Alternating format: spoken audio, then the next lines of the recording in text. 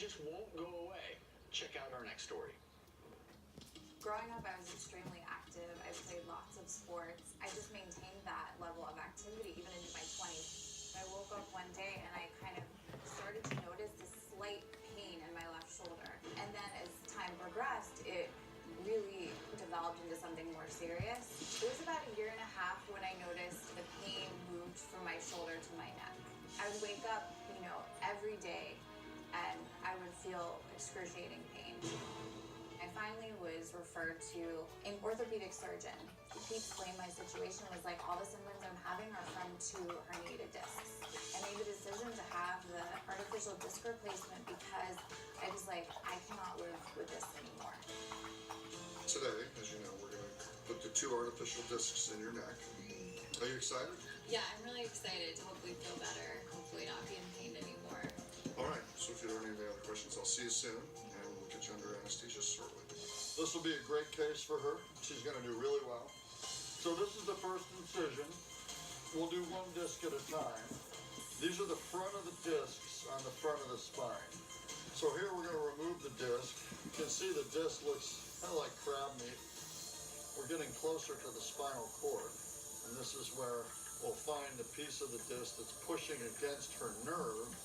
Now I'm going to use the drill to dust off the end plate of the bone. So we're going to put that disc in. All right, I'll take the artificial disc, please. Now we're going to insert the implant. Release the inserter, and that's a perfect implantation. Now we're going to move on and put the next artificial disc in. We're removing the rest of the cervical disc. So now we're going to implant this disc.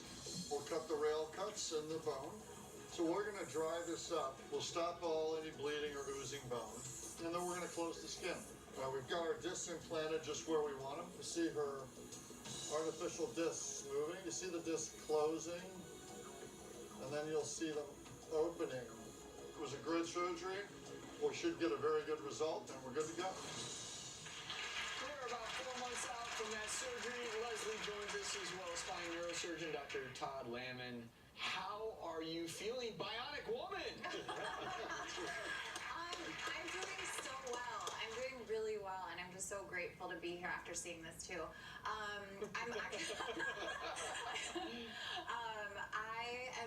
I'm hiking and taking dance classes and going to the gym, and I just am so happy because I couldn't do that for a year. So pretty much symptom-free, the things that were bothering you going in? Yes, absolutely. And I couldn't believe that after 2 weeks, I didn't need pain medication anymore. I was able to drive and walk around. I mean, after 3 weeks, I was at the gym. It was incredible. One of the things I love about this, and I told our producer, I'm so glad we're doing this, because truly a great new option as opposed to the typical fusion surgery.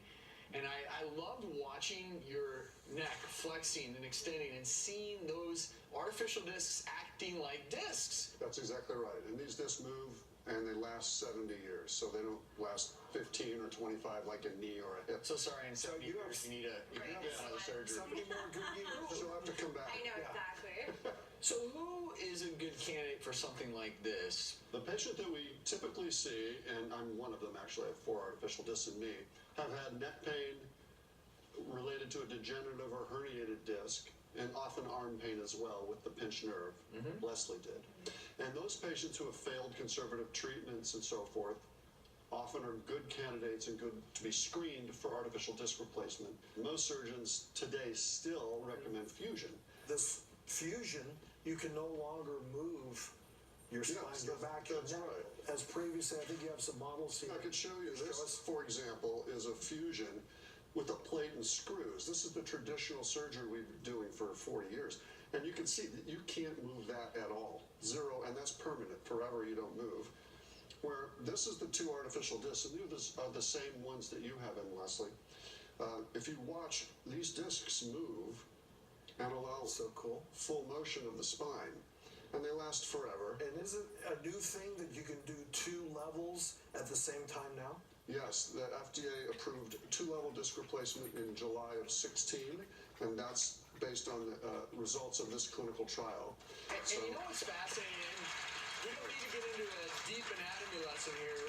And sure, fusion is probably still right for certain people, but You're fusing the most mobile part of your spine, which is that lower cervical neck region where, anytime you're moving any which way, it's meant to move, and when you fuse it, certainly multiple levels, you're going to really take someone who's young and wants to continue to be an athlete. Right. You're limiting some of what she can probably do over the long term. Exactly. I liken it to hip replacement or knee replacement. 20 years ago, if you had a degenerative knee or degenerative hip, they would fuse it, and you walked with a limp, and that was it forever.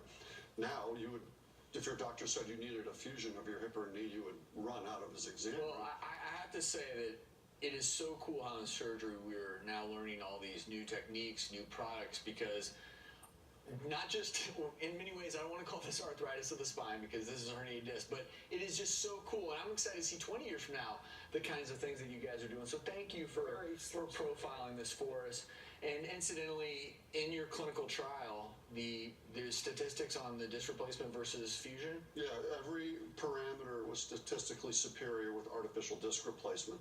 Neck pain scores, arm pain scores, neurologic outcome, overall success, which also measures about 14 other parameters, were all statistically superior. And I think the best thing was revision surgeries, going back and have to redo things, were a third less, 4% versus almost 15% with fusion. That's significant. That's huge, and that's a huge cost savings also for not only the patient not having to have another surgery, but the cost of having another operation to the companies and so forth. And I think Leslie enjoyed the surgery. I don't think she enjoyed watching it. Not as much. But good luck going forward. Thank you. Thank you, Dr. Young. Thank you.